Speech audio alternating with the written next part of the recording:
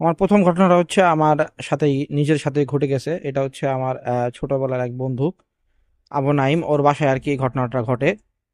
মূলত আমি এমনিতে কারো বাসায় ওইরকম যাই না রাতে থাকতে বললে, মানে আমার রাতে অন্য কোনো আমার বেড ছাড়া অন্য কারো বাসায় গেলে ওরকম ঘুম আসে না আর কি। কিন্তু আমার ওই যে ছোটবেলার বন্ধু, ওর বাসায় হচ্ছে সবাই গ্রামের বাসায় দাওয়াত খাইতে যায়, ও বাসায় একা থাকে।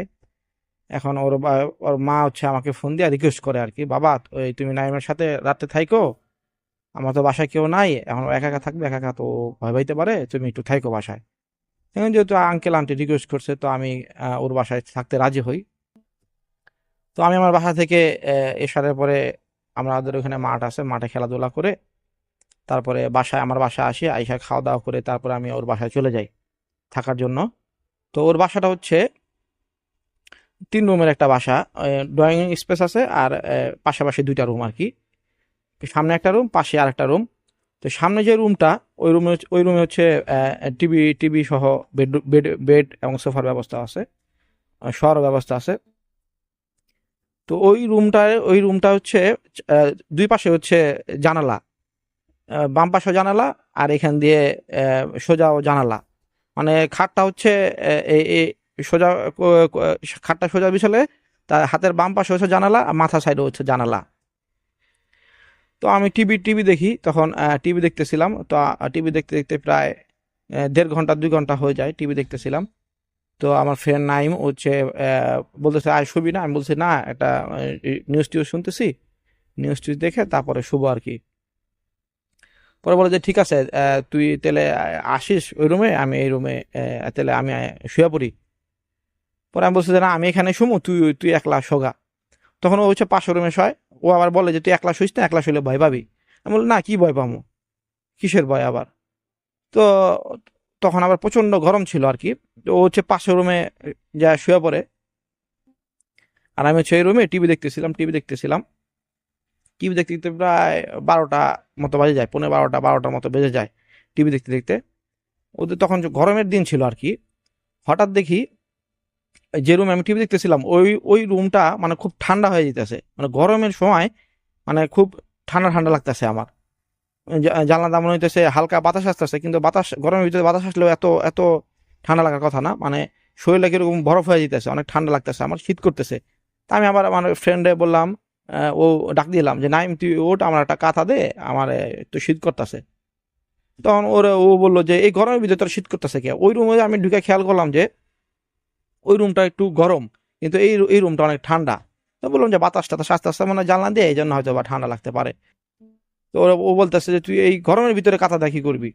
আমি বলতেছি যে টিভি দেখতেছি তো, আমার অনেক শীত করতেছে। পরে ওই বললো যে ডয়ারের ভিতর থেকে নিয়ে নে, ডয়ারের 3 নাম্বার থাকে আছে। তা আমি ওখান থেকে পাতলা একটা খাতা নিয়ে নিলাম। টিভি দেখতে দেখতে আমার ঘুম আসতেছিল। পরে আমি শুয়ে পড়ি। শোয়ার পরে আমার বাম পাশে যে জানালাটা ছিল, মনে হলো ওইখান দিয়ে কেউ আমার দিকে তাকায় আছে আর কি। মনে হলো কেউ আমার দেখতেছে। তো আমি আবার এই পাশে একটু হালকা কেমন ভয় ভয় পাই, ভয় ভয় হওয়ার পরে আমি এই পাশে ডান পাশে শুই আর কি। পরে আমি শুইছি। শোয়ার পরে মনে হইতেছে যে জানলার এই পাশ থেকে এই পাশে, মানে ওই বাম সাইডের জানলার এই পাশ থেকে ঘুরে আবার এই পাশে কে যেন মনে হয় হাঁটাহাঁটি করতেছে এখান দিয়ে। জানলার এই সাইড থেকে একবার যায়, একবার এই পাশে আসে, এবং জানলা থেকে মনে হইতেছে কেউ আমার দিকে মানে ফলো করতেছে, আমার কেউ খেয়াল করতেছে আমার যে আমি কি করতেছে না করতেছি। তো আমার বিষয়টা খুব ভয় লাগে। তারপর আমি কাঁথা মোড়া দিয়া শুয়ে পড়ি আর কি। কাঁথা মোড়া দিয়া ঘুমা যাই। তখন আনুমানিক খেয়াল নাই আমার, হয়তো বা 1:30 বা 1:45 মতো বাজে। তখন দেখি আমি ওই ঘুমের ভিতরে স্বপ্ন দেখতেছি। দেখি ওই রুমের ভিতরে সাদা দুইটা ঘোড়া, ওই রুমের ভিতরে দৌড়াইতেছে, হাঁটাহাঁটি করতেছে, লাফাইতেছে, ফালাইতেছে, মানে খেলতেছে, অনেক দৌড়াদৌড়ি করতেছে। তখন ওই ওই ঘোড়া দুইটা হয়েছে কি করছে, আমার খাটের উপরে লাফদা উঠছে। আমি এটা স্বপ্ন দেখতেছি, লাফদা উঠছে, এবং আমি তখন ঘুম থেকে লাফদা উঠে যাই। এটা স্বপ্ন দেখতেছি, আমি যে ঘুম থেকে লাফদা উঠছি এটা স্বপ্ন দেখতেছে। উইঠা আমি হচ্ছে ওই আর ঘোড়া, এই ঘর থেকে ওই ঘরে যাবো আর কি। আর ঘোড়াগুলো হচ্ছে আমার ধরতে আসতেছে, আমি এই ঘর থেকে ওই ঘরে যাবো, যাইতে পারতাছি না, মানে আমার শরীরের হচ্ছে এনার্জি নাই। আমি অনেক স্পিডে ধরতেছি, কিন্তু এই ঘর থেকে ওই ঘরে যাইতে পারতাছি না। তখন হচ্ছে আহ, আমি লাফ দিয়ে ঘুম থেকে উঠা যাই। উইঠা তখন মানে এই স্বপ্ন দেখি আমি এই ঘর থেকে ওই ঘরে যাবো, কিন্তু যাইতে পারতাছি না। তখন হচ্ছে আমার ফ্রেন্ড আমি ডাকি যে ঘামে গেছি গে আর কি, আমি ঘামাই যা। পরে আমার ফ্রেন্ড আমি ডাকি, যে দোস্ত আমি তো এখানে এই ঘরে শুলাম একা একা, তুই নিষেধ করছিলি। শোয়ার পরে দেখি আমি এরকম যে দুইটা সাদা ঘোড়া আমারে দৌড়াইতে আসতেছে। প্রথমে মনে হলো যে জানলার এখান দিয়ে কেউ আমার দেখতেছে, ফলো করতেছে, কেউ এখান দিয়ে হাঁটাহাঁটি করতেছে। পরে আর এখানে সাদা দুইটা ঘোড়া দেখি স্বপ্নের ভিতরে আমার ধরতে আসতেছে। আর আমি হচ্ছে ওই ঘোড়া দুইটার ভয়ে এই ঘর থেকে এই ঘরে আসবো, কিন্তু আমি আসতে পারতেছি না, দৌড়াইতেছি কিন্তু আসতে পারতেছি না। তখন ও বললো যে তুই জানলা খুলা ঘুমাইছিস কেন, এখানে ঝামেলা আছে। আমি পরে বললাম যে কি ঝামেলা? এখানে ঝামেলা আছে, তোরা বল মনে পড়ে, তুই এখন এই ঘরে শোয়া লাগবে না, ওই ঘরে শোয়ার পরে জানলা টানলা লাগাই দিছে। পরে ওই ঘরে আমরা শুই। পরে পরে আমি আবার আবার সকালে, তখন আমার ভয় লাগতেছিল, ঘুম আসে নাই। পরে আমি সকালে জিজ্ঞাসা করলাম যে কি হয়েছে এখানে। পরে বলে যে এখানে এখানে ঝামেলা হয়েছে, তোর এখানে যে চিপাটা আছে এই চিপাটা ভালো না। এখানে অনেকে যে চারতলা থেকে অনেকে দেখে যে এখানে নাকি, তুই যে দেখছো স্বপ্নে যে এখানে যে তোর ঘোড়া দৌড়াইতেছে, কয় এটা এটা এটা অনেকেই দেখছে। এখানে জানলা খুলা, যেখানে এখানে যদি জানলা খুলা আমিও শুইতাম বা আমার আব্বা যখন শুইতো, তখন এখানে ও আর কি স্বপ্ন দেখতো যে ও ছয়তলা উপর থেকে লাফ দিতেছে। তারপর একটা সিংহ বা বাঘ, একবার দেখে একবার সিংহ ওরে খুব তাড়া করতেছে ধরার জন্য। মানে ও দৌড়াইতেছে, অনেক দৌড়াইতেছে, কিন্তু একটুর জন্য ওরা ধরতে পারতেছে না। আবার একবার দেখে একটা বাঘ ওরা দৌড়াইতেছে ধরার জন্য, কিন্তু একটুর জন্য ওরা ধরতে পারতেছে না। আবার দেখে এরকম একটা কুকুর ওরা দৌড়া ধৈরা কামড়া টামড়া ছিঁড়া ফেলাইতেছে। মানে ওর বাসার ওই জানলা খুললা ঘুমাইলে এরকম কিছু না কিছু স্বপ্ন দেখে। তো আমি এরকম, তো আমি তো আর এত কিছু জানি না। ও আমার পাশের রুমে শুতে বলছিল, আমি তো শুই নাই, আমি ওইখানে শুইছি। পরে ও সকালে পরে বললো যে এখানে এই এই চিপিটার ভিতরে অনেক খারাপ কিছু আছে আর কি। এখানে ওই চারতলা থেকে অনেকেই দেখছে যে এখানে 3-4টা ঘোড়া, সাদা ঘোড়া আর কি দৌড়াদৌড়ি করে চিপির ভিতরে, এই সানসেটের উপরে উঠে এরকম দৌড়াদৌড়ি করে। তো এটা হয়েছে পরে ওর বোন আছে একটা, ওর বোন হচ্ছে ওই কুকুর আর বিড়ালদের হচ্ছে খাবার দিত আর কি প্রতিদিন রাতে বেলা। ওই খাবার দিত এখানে। খাবার দেওয়ার পরে দেখতো এক একদিন এক এক বিড়াল আসতেছে, এক একদিন এক এক কালারের কুকুর আসতেছে, একদিন লাল একদিন সাদা। মানে কুকুর চিবার ভিতরে সম্ভবত আপনার একটা কুকুর বিড়ালটা খাবার দিলে তো সেম কালারের বিড়ালে আসার কথা। মানে 2-3 দিন পর পর এক এক রকমের বিড়াল আসে আর কি, এক এক রকমের কুকুর আসে। তো ওরা কন্টিনিউ আর কি এরকম এই কুকুরে বিড়াল রাতের বেলা খাবার দিত। তো খাবার রেখে দিত গেটের সামনে চিবির ওইখানে। কুকুর আর বিড়াল খাবার খাইয়ে খাইয়া রাত্রে খাইয়া দেখতো খালি প্লেট, মানে খাইয়া চলে যেত আর কি, রাতে খাইতো আর কি। তো এরকম কন্টিনিউ ওরা খাবার দিত। তো এরকম এখানে নাকি ও বললো যে মানুষ এখানে বলা বলি করে, অনেকে নাকি এখানে দেখছে যে এখানে ঘোড়া নাকি সানসেটের উপরটা দৌড়াইতেছে। তারপরে এরকম এই অনেকে দেখছে যে ওই ইয়ে দিয়া চিবির ভিতর দিয়া ঘোড়া লাফালাফি করে, সাদা সাদা সাদা সাদা 3-4টা ঘোড়া খেলাধুলা করে। তো ওইটা হয়েছে পরে ওই আন্টির ওই দিন পরে ফোন দিয়ে আমরা বললাম যে আন্টি এই কাহিনী হয়েছে। পরে ওই ওরা আম্মাই বললো যে ঠিক আছে বাবা, তাহলে এখানে তো এরকম ঝামেলা আছে, এরকম তোমার আঙ্কেলের সাথেও এরকম মাঝে মাঝে এরকম হয়, এখানে খুললা শুইলে বোবাই ধরে, তারপর এরকম দেখে তোমার তোমার নাইমও দেখে যে এরকম ওরে বাঘে ধরতে আসতেছে, এরকম সিংহ ধরতে আসছে, উষা থেকে লাভ দিতেছে, ওই এরকম স্বপ্ন দেখে। পরে ওই আমাদের পাশে ওইখানে একটা মসজিদ ছিল, মসজিদের হুজুরে বলছি আমরা, হুজুরে আসার পরে ওইখানে ইকুইরা পুরাটা বান দেয়া দিছে আর কি, বান দেয়া ঝেড়া ঢেরা দিছে। এরপর থেকে আর ওইখানে আর কোনো সমস্যা হয় নাই। আর হচ্ছে ওইখানে যে ওর বোন যে আগে যে খাবার দিত ওই বিড়ালরে, এই তারপরে কুকুরে যে খাবার দিত, ওই খাবারগুলা এরপরেও ওই বান দেওয়ার পরেও ওই খাবারগুলো এরপরেও দিছে, কিন্তু ওই কুকুর বিড়াল আর আসতো না, খাবার এমনি পড়ে থাকতো এখানে। মানে মূলত ওই কুকুর বিড়ালগুলো ওই ঘোড়ারই, তারা কুকুর বিড়ালের উপনীত, ওই ঘোড়ার উপনীত। এই ছিল আর কি আমার প্রথম ঘটনা। এটা আমার বাসার পাশেই ঘটনা, মগবাজারেরই একটা ঘটনা। তো এটা হচ্ছে আমার এক নানির মুখ থেকে শোনা। তো উনি এখন নাই, উনি বেশ কিছুদিন আগে মারা গেছে, অনেক আগে শুনেছিলাম। তো এটা হচ্ছে উনি হচ্ছে খুব পরহেজগার একজন মহিলা ছিল। তো উনি হচ্ছে রাত্রেবেলা হচ্ছে ওয়াশরুমে যেত আর কি। তো উনি আমাদের বাড়ির পাশেই একটা টিন সেটের একটা বাসা ছিল, মানে পুরাটা রাউন্ড করে টিন সেট করা বাসাটা, মাঝখানটা হচ্ছে উঠানের মতো আর কি, গ্রাম দেশে যেরকম বাড়ি থাকে চারদিকটা টিন সেট বাড়ি, মাঝখানে উঠান থাকে। তো এরকমই আমাদের এই মগবাজারের বাসার পাশেই এরকম একটা বাড়ি ছিল, চারদিক দা উঠান করা, আর মাঝখানে হচ্ছে উঠান করা, চারদিক দা হচ্ছে রাউন্ড করা টিন সেট রুম। তো এখানে 8জন ভাড়াটিয়া ছিল, 8জন ভাড়াটিয়ার জন্য একটা ওয়াশরুম ছিল আর একটা গোসলখানা ছিল। তো নানি হচ্ছে রাত্রেবেলা হচ্ছে ওয়াশরুমে যাইতো। তো এরকম একদিন সে ওয়াশরুমে যাওয়ার জন্য বের হইছে। তো তখন উনি দেখে, মানে ওইখানে ওইখানে একটা বিশাল আম গাছ ছিল, অনেক বড়। অনেক আম গাছ ছিল। উনি তখন ওই আম গাছে দেখে একটা লাল শাড়ি পরা একটা মেয়ে আর কি বসে বসে কাঁদতেছে। এরকম এরকম করে কাঁদতেছে। লাল শাড়ি পরা একটা মেয়ে বসে বসে কাঁদতেছে। তো উনি এটা মনে করছে যে ঘুমের ভিতরে কি দেখতেছে, উনি চোখ ডলা দিয়ে আবার দেখে। তখন উনি আবার দেখে যে ওইখানে বসে বসে একটা লাল শাড়ি পরা একটা মেয়ে কাঁদতেছে। তো উনি এটা দেখে বদনা টদনা হাতের থেকে ফালায়া উনি আবার ঘরে চলে আসে।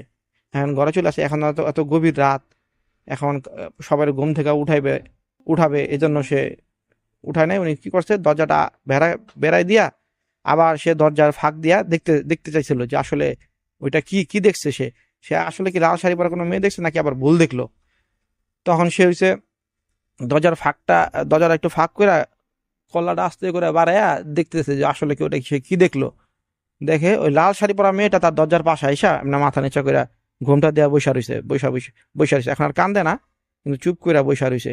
তখন সে ওটা দেখে ওইখানে সেন্সলেস হয়ে যায়। পরে সকালে তার জামাই, তার মেয়ে যখন উঠা দেখে যে ওর মা মানে নানি সেন্সলেস হয়ে ওখানে পড়ে রইছে। তার তো চিৎকার দেওয়া কান্দাকাটি লাগাই দিছে যে কি হয়েছে, কি হইলো, মার কি হইলো, মা এখানে জ্ঞান হারা পড়ে গেল কেন। তখন নানির অনেক পানি চানি ছিটা দিয়া তার ঘুম থেকে তার জ্ঞান ফিরছে। ফিরার পরে ডাক্তার টাক্তার নিয়ে আসছিল যে কি হইলো। ডাক্তারটা বলে যে প্রেশার লো হয়ে গেছিল। পরে তার জ্ঞান ট্যান ফিরছে। জ্ঞান ট্যান ফেরার পরে সবাই বলে যে আমি এখানে লাল শাড়ি পরে একটা মেয়ে দেখলাম যে ওই আম গাছের উপরে বসে বসে করে কাঁদতেছে। তো আমি আবার ভিতরে ভয়ে ভিতরে ঢুকে গেছি যে আমি আবার কি কোনো ভুল টুল দেখলাম নাকি, যে আম গাছে একটা লাল শাড়ি পরা মেয়ে কান্দে। তো আমি আবার দরজার ফাঁকে দেয়া তাকাইছি, দেখি ওই মেয়ে আমার দরজার সামনে দেখি বয়ে রইছে। তখন এটা তো অনেকে বিশ্বাস করে না যে তুমি কি দেখছো না দেখছো, রাতের বেলা বুড়া মানুষ কি দেখছে না দেখছে। অনেকে আবার একটু মনে আম, নিছে, আবার অনেকে আর কি কোনো তার মেয়েরা ছেলেরা কোনো গুরুত্বই দেয় নাই। যে হয়তো ঘুমের ভিতরে কি দেখছে না দেখছে, আমরা কেউ কিছু দেখলাম না, এ দেখে লাল শাড়ি পরে একটা মেয়ে বসে বসে কাঁদতেছে। তখন হইছে তার কথা অনেকে বিশ্বাস করে না। তখন সে তার কিছুদিন পরে আবার 3-4 দিন পরে আবার সে এরকম, সে প্রতিদিন রাতের বেলা ওয়াশরুমে যাইতো আর কি, আর একটাই ওয়াশরুম তো উঠানের কোনায় আর কি। তো এরকম আবার সে আরেকদিন অষ্টমে যাইতে নিছে।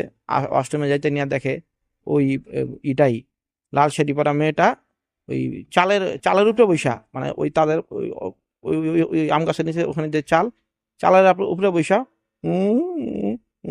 এরকম এরকম করে কাঁদতেছে। তো কাঁদতেছে, তো ওইবার উনি দেখা উনি তো করছে, ঘরের ভিতরে আবার ঢুকে গেছে ভয়ে। এবার অষ্টমে জানেন ঢুকে সবার জায়গায় উঠাইছে। সবার জায়গায় উঠেছে যে দেখ তোরা তো বিশ্বাস করস না, তোরা আস্তে আস্তে আমার সাথে চল, যে দেখ কান্তা ওখানে একটা লাল শাড়ি পরা মেয়ে কান্তাছে। তখন তারা হইছে ওই তার নানির সাথে যায়, যা দেখে যে কই ওখানে কিছু নাই। লাইট টাইট মেরা দেখে আম গাছও কিছু নাই, চালের উপরেও কিছু নাই। তো নানির আবার তারা সবাই করে যে এত রাতে ঘুম থেকে উঠে তুমি কি শুরু করছো না শুরু করছো, তোমার ঘুমে তুমি স্বপ্ন দেখছো কিছু একটা ভুল টুল দেখছো। তখন নানি তো একটা মোটামুটি ভয়ে ভয়ে লজ্জাও পায় যে কই গেল আসলেই তো। ওইখানে আবার আরো যে ভাড়াটিয়ারা ছিল তারা দেখতো যে তারা যখন ঘুমাইতো রাত্রের বেলা ওই মাঝে মধ্যে চুরির ঝনঝানির আওয়াজ পাইতো আর কি, মানে কাচের চুরির ঝনঝানির আওয়াজ পাইতো। মানে চুরি ঝনঝন করলে যেরকম আওয়াজ হইতো ওরকম আওয়াজ পাইতো। আর তারপরে যে টিনের গায়ে যেমন হাত দিলে পুরাটা রাউন্ড করা বাড়ি ছিল, তো তো কে প্রায় 2-1 দিন পর পরই কে যেন টিনের উপরে হাত দিয়ে এরকম করে হাঁটতো, মানে হাত দিলে একটা টিকে কেমন টুন টুন একটা আওয়াজ হয়। এই মাথা থেকে ওই মাথা যেত হাইটা হাইটা, আবার ওই মাথা থেকে এই মাথায় আসতো এরকম হাইটা হাইটা হাত দিতে দিতে। যখন কেউ বের হইতো দেখার জন্য যে এটা কেউ কি কোনো আবার এখানে ফাইজলামি করে নাকি বা করে নাকি, কেউই পাইতো না। মানে এরকম তারা সবাই এরকম সজাগ ছিল 2-3 দিন যে দেখবো যে আসলে টিনের এখান দিয়ে হাত দিতে দিতে কে যায় আর চুরি ঝনঝনে কে কে করে। তো এরকম তারা কয়েকবার সজাগ করেছিল, কিন্তু এমন আওয়াজ পাওয়ার সাথে সাথেই তারা একজন আরেকজনের ফোন দিয়ে বেরোয়, কিন্তু আসলে দেখে কিছুই নাই এখানে। আবার এরকম হয়তো ওই মনে হয় যে ওখানে আবার আম গাছ ছিল, তো আম আম পড়তো আর কি চালের উপরে। আওয়াজ হইতো, আমের আওয়াজ আর কত হয়, মনে হইতো যে বিশাল বড় একটা পাথর পড়ছে চালের উপরে। এরকম বাইরে তো দেখতো যে কিছুই নাই, কিছুই পড়ে নাই, আমও পড়ে নাই, এই কিছুই নাই, কিন্তু আওয়াজ হইতো বিশাল বড় একটা পাথর পড়ছে, গাছের ডাল চালের উপরে ভেঙে পড়ছে, এরকমই মাঝে মধ্যে হইতো আর কি। তো নানির এরকম কেউ বিশ্বাস করে নাই। পরে ওইখানে আরেকজন রিক্সাওয়ালা থাকতো, সজীবের আব্বা আর কি। ওর বাবা হইছে একদিন রিক্সা চালানোর জন্য ভোরে বের হবে আর কি, ভোরে বাইর হবে।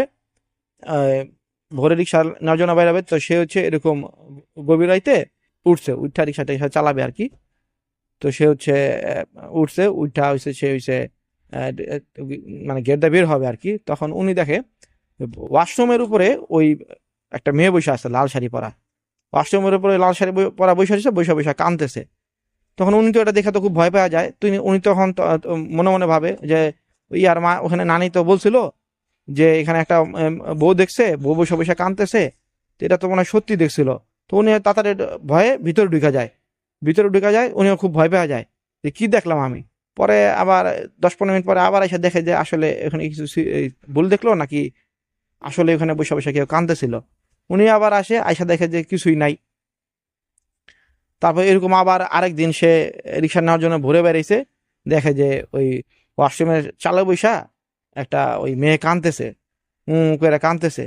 তখন উনি আবার খুব পোংটা ছিল এবং সাহসী ছিল। তো উনি আবার জিজ্ঞাসা করে, এই তুমি কে, তুমি এখানে বসে কাঁদতেছো কেন, তুমি কে, তুমি এখানে বসে কাঁদতেছো কেন? তখন তার এটার কোনো অ্যান্সার সে দেয় না। অ্যান্সার আবার সে খুব সাহসী ছিল। সে তখন ওই দোয়া দৌড় পড়া পড়া ওই ইয়ের সামনে আসে, মানে উনি আসলে কে, কি মানে তার সাথে কথা বলতে চায়। যে ওয়াশরুমের সামনে আসে, সে হইছে কি করছে, ওই চালের উপর দিয়ে হাঁটতে হাঁটতে হাঁটতে হাঁটতে ওই চিবিতে নেমে গেছে। হুম হুম। তখন সে হইছে রিক্সা চালানোর জন্য বেরোয় যায়, পরের দিন সকালে আইসে এরা সবাই বলে ওকে। যে এরকম হচ্ছে এখানে হাঁটতাছে, এখানে হচ্ছে সে বসে রয়েছে একটা মেয়ে লাল শাড়ি পরা। আমি জিজ্ঞাসা করলাম যে তুমি এখানে ব্যাগ আনতেছো কেন, কে? সেও কিছু না বলে উঠে হাঁটতে হাঁটতে ওই চালের উপর দিয়ে হাঁটতে হাঁটতে আম গাছের তলে চলে গেল। তখন হইছে ওই আরেকজন ছিল, তখন সবাই এটা মোটামুটি মোটামুটি দুজন যেহেতু দেখছে, মোটামুটি বিশ্বাস করে নিছে যে না এখানে কোনো একটা ঝামেলা আছে। তো এখানে হচ্ছে ওই যে পাশের বাসায় এক আন্টি ছিল ডায়াবেটিসের রোগী। তো সে হচ্ছে প্রতিদিনই হাঁটতে বেরোইতো আর কি, প্রতিদিনই হাঁটতে বেরোইতো। তো উনি হইছে মাঝে মধ্যে এটা দেখতো, কিন্তু কারোর সাথে শেয়ার করতো না, ভয়ে যদি তার কোনো ক্ষতি হয়ে যায়। তো উনি হইছে ডায়াবেটিসের রোগী ছিল, তো প্রতিদিন হইছে হাঁটতে বেরোইতো ভোরে, হাইটা টাইটা এই 2 ঘন্টা 1 ঘন্টা হাঁটতো। হাঁটার পরে সে বাসায় আইসা রেস্ট নিত আর কি। তো উনি হচ্ছে একদিন দেখে হাঁটতে বেরোবে, বারান্দা ওয়াশরুম টশরুমে গিয়ে বারান্দা দাঁড়াইছে, বারান্দায় যাওয়ার পরে দেখে যে ওই আম গাছের উপরে একটা মেয়ে লাল শাড়ি পরা মেয়ে বসে রয়েছে। তো উনি ভালো মতো দেখে যে এখানে কি, এখানে মনে ভাবতেছে কোনো লাল শাড়িটার এখানে আটকা রয়েছে কিনা, কোনো না দেখা যায় মানুষের মতো অবয়ব একজন বসে রয়েছে। তো উনি ভয় পেয়ে তাড়াতাড়ি রুমে ঢুকে গেছে, রুমে ঢুকে দোয়া দূর পড়তেছে, কাউরে কিছু বলে না।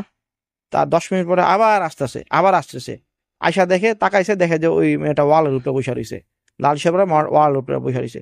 তো উনি উনি আর বাসা থেকে ওই দিন বেরো নেই হাঁটতে, উনি ফজরের আগেই আর কি হাঁটতে বেরোইতো। আইসা হাইটা আইসা বাসা আইসা ফজরে নামাজ পড়তো আর কি, নামাজ পড়ে খাওয়া দাওয়া করে ঘুমা যেত।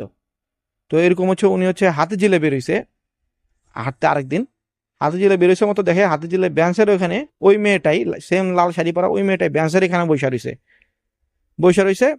তো উনি হচ্ছে ওই ওই আম গাছ বরাবরই ওখান থেকে হাতে দিলে ডিস্টেন্স হয়তো বা 300 ফিটও হবে না আর কি, এরকম ডিস্টেন্স হবে। তো দেখো ওই মেয়েটা ওখানে লাল শাড়ি বইরা আবার ওখানে বসে রয়েছে। তো উনি ওই দেখা উনি আর ওই রাস্তাটা যায় না, উনি বাসায় চলে আসছে। উনি বাসায় চলে আসার পর কাউরে কিছু ভয় বলে না, এবং উনি বেশ কয়েকদিন উনি বাসা থেকে বেরোয় না। উনি তখন যে শুনছে যে এটা বলা বলি করতেছে, আরো অনেকেই দেখছে। তখন সে বলতেছে যে আমি তো এটা গত প্রায় কয়েক মাস ধরে এটা দেখতেছি, এই তোমাদের সানসেটের উপরে এই চালের উপরে আমি হাতে জিলে ওরা দেখছি ও বসা রয়েছে। পরে এরকম এটা তো সবাই খুব ভয়ের বিষয় এটা। পরে আরেকজন হচ্ছে এরকম ওয়াশরুমে যাবে, রনি করে নাম আর ওয়াশরুমে যাবে, সে দেখে যে তাদের ওই ওয়াশরুমের উপরে ওই ওই মেয়েটা বসা কাঁদতেছে। তখন ওই সেখানে ঠাস হয়, সেন্সলেস হয়ে পড়ে যায়। তখন হচ্ছে আরেকজন অষ্টমে যার জন্য উঠে দেখে যে এখানে রনের সেন্সলেস হয়ে পড়ে রয়েছে। তখন সবাই ডাইকা উঠানোর পরে তারা প্রায় 8 জন ভাড়াটিয়া সিদ্ধান্ত নেয় তারা এ বাসায় আর থাকবে না। তখন সবাই ওই দিন বাড়িওয়ালা আরেক জায়গায় থাকতো, বাড়িওয়ালারা ডাকায় ওই দিনে বাড়িওয়ালা জরুরি ভাবে আসার পরে তখন বলে যে আমরা 1 তারিখে ছেড়ে দিব বাসা, আমরা সবাই বাসা দেখতেছি, এখানে কেউ থাকবো না, এখানে এরকম সবাই দেখে বউ এখানে কাঁদতেছে, এখানে ঝামেলা আছে, এখানে আমরা থাকবো না।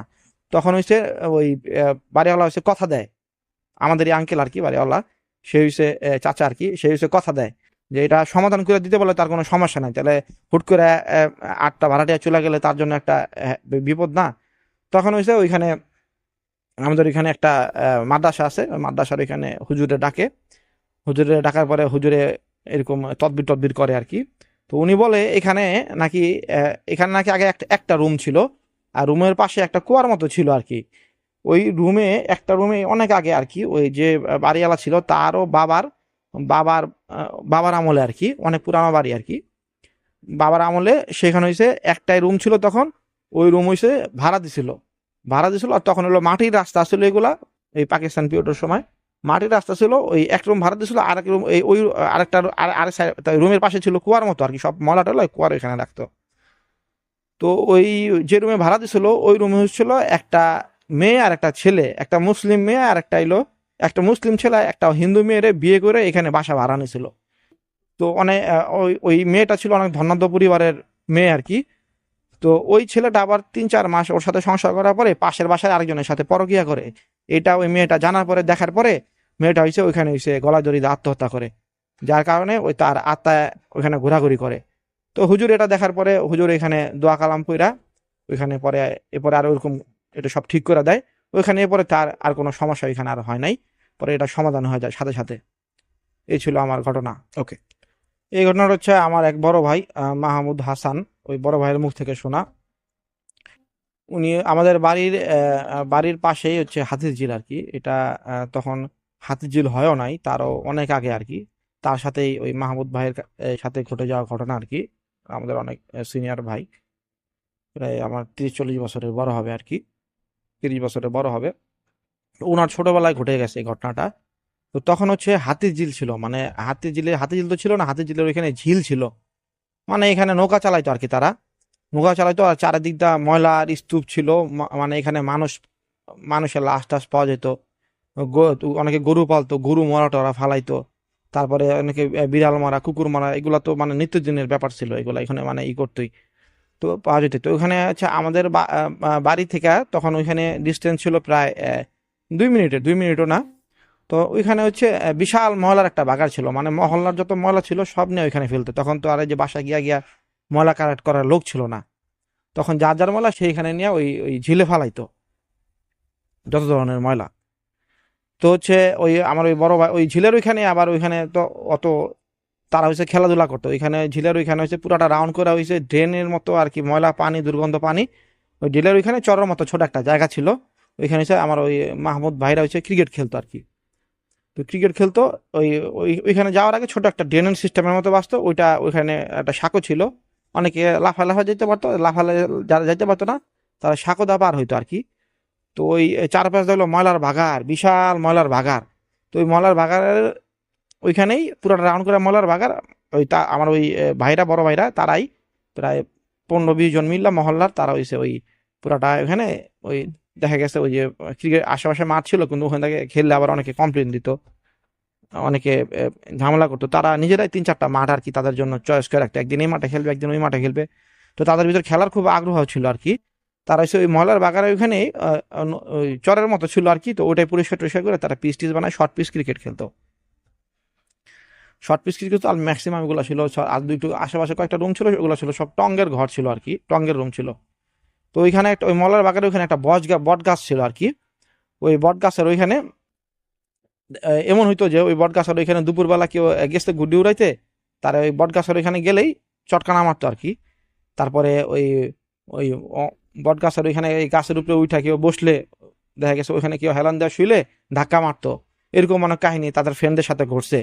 তারপরে ওই বট গাছের ওইখানে ঘুড়ি বাইজা গেছে, ঘুড়ি পাড়তে গেছে, ওইখান থেকে পয়রা পা মচকে গেছে, হাত মচকে গেছে। মানে ওইখানে ওই ট্রেন্ডই ছিল একটা যে ওই বট গাছের এখানে দুপুরের সময় বা মাগরিবের সময় গেলে চটকানা খাবি, এরকম তাদের ভিতরে ফ্রেন্ডদের ভিতরে এরকম একটা ট্রেন্ড মানে ছিল যে ওখানে যাইস না, ওইখানে গেলে থাপড় থাপড় খাবি। তো এরকম একটা তাদের ভিতরে নর্মাল একটা মানে নর্মাল হয়ে গেছিল বিষয়টা তাদের ভিতরে, যে এরকম গেলেই চটকানা খাবি। তো এখানে কেউ যাইতো না আর কি, বিশেষ করে মাগরিবের আগে দিয়ে আর দুপুরের সময় কেউ যাইতো না। তো আমাদের ওই মাহমুদ ভাইদের আবার তখন বেবি ট্যাক্সির বিজনেস ছিল আর কি। তখন নাকি বেবি ট্যাক্সির জমা ছিল 80 টাকা 90 টাকা করে। তো তাদের কয়েকটা বেবি ট্যাক্সি ছিল, তো তার বাবা হইছে 300 টাকা হইছে ওই তার কাছে দিয়ে দেয়, যে এটা তুই বাসায় যায় তোরা আমার কাছে দিবি। তখন সে হইছে কি করছে, তুমি আমার ক্রিকেট খেলার খুব নেশা ছিল। ওই দিন আবার খুব গুরুত্বপূর্ণ ম্যাচ ট্যাচ ছিল আর কি ফ্রেন্ডদের সাথে। তো উনি কি করছে, ওই টাকাটা ওনার বাবার কাছ থেকে নিয়ে উনি হচ্ছে বাসায় না গিয়া ওই ফ্রেন্ডদের সাথে খেলতেছিল। তো উনি মনে করছে যে খেলাধুলা কইরা তারপরে আমি বাসায় যাবো না। তখন উনি খেলতেছিল মাগরিবের আগে দিয়া বাসায় আসে, বাসায় এসে পকেটে হাত দেয়া দেখে যে টাকা নাই। কি রে, টাকা গেল কই?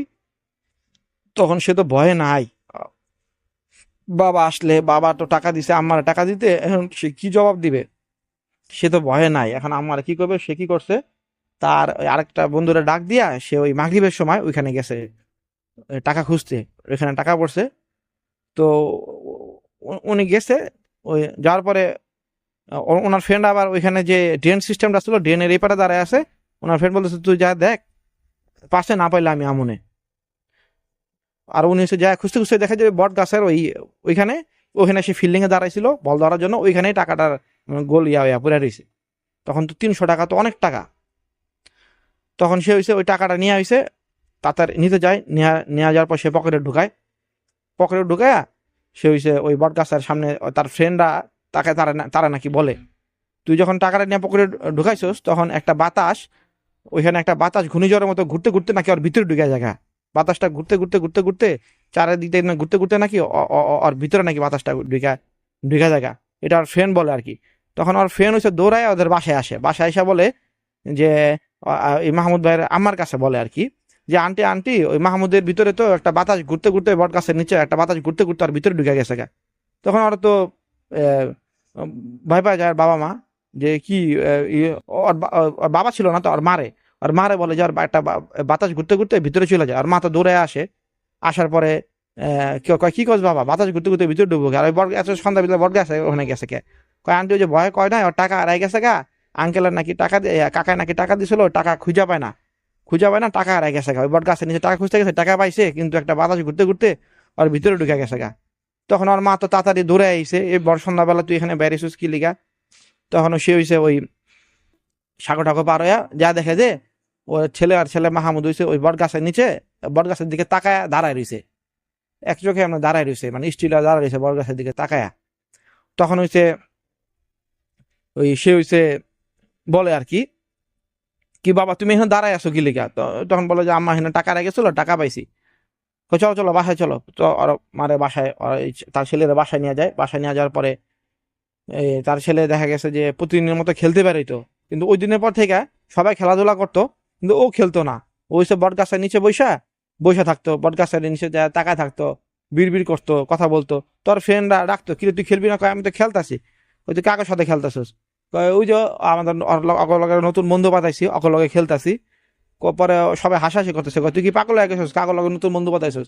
ওই যে লগে নতুন বন্ধু পাতাইছি। তো এটা তো ওরা তখন বুঝতে পারে যে না, ওর সাথে মনে হয় কিছু একটা ঝামেলা হয়েছে। ওখানে আরো ভাইটাইরা আসছে লগে বড় ভাইরা, ওরাও তো খেলাধুলা করতে একসাথে। ওই তুই কাগজ লগে খেলতেছিস? ওরা দেখতে কেমন? কয় ওই যে ওরা দেখতে আমগো মতোই, তুমগো মতোই, আমগো মতোই। পরে এটা ওই সর মারে ব্যাপারটা জানায়। আর মারা জানার পরে আর মা ওরকম গুরুত্ব দেয় নাই। আর বাবারে বলে, আর বাবা ওরা ডাকানোর পরে দেখে নর্মালি কথাবার্তায়, ওরকম কোনো গুরুত্ব দেয় নাই। তো একদিন হচ্ছে এরকম মাগরিবের সময় তা ও হচ্ছে ওরা অনেক খেলার জন্য নিয়ারা করছে যে বা বন্ধুরা চল খেলতে যাবো না। ওই সে পরে পাড়াপাড়ি করে, তো ও যায়, যাওয়ার পরে ও খেলবো না বট গাছের ওইখানে যায় বৈশা রইছে। সবাই খেলাধুলা করতেছে, ও বৈশা রইছে।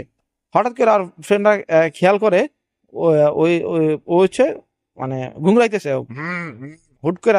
বাচ্চা ছেলে কি 8-9-10 বছর একটা ছেলে হুট করে ঘুংরাইতেছে। তো সবাই আছে, কিরে তুই ঘুংরাইতেছিস কে এরকম করে?